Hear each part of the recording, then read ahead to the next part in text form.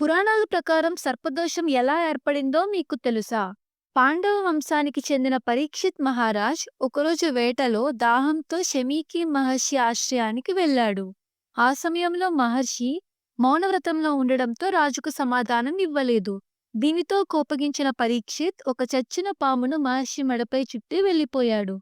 ఈ దృశ్యం చూసిన మహర్షి కుమారుడు శృంగి తీవ్రంగా కోపించి ఏడవ రోజున తక్షక నాగుడి విషంతో ఈ రాజు మరణిస్తాడు అని శాపమిచ్చాడు.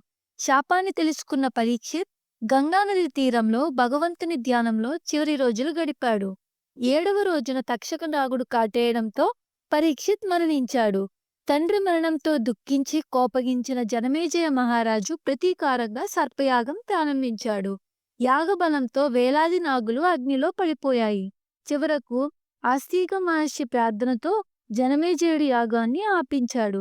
ఈ కథ కోపం ఎంత ప్రమాదకరమో, క్షమ మరియు ధర్మం ఎంత గొప్పవో బోధిస్తుంది. Thanks for watching. Please subscribe with your channel.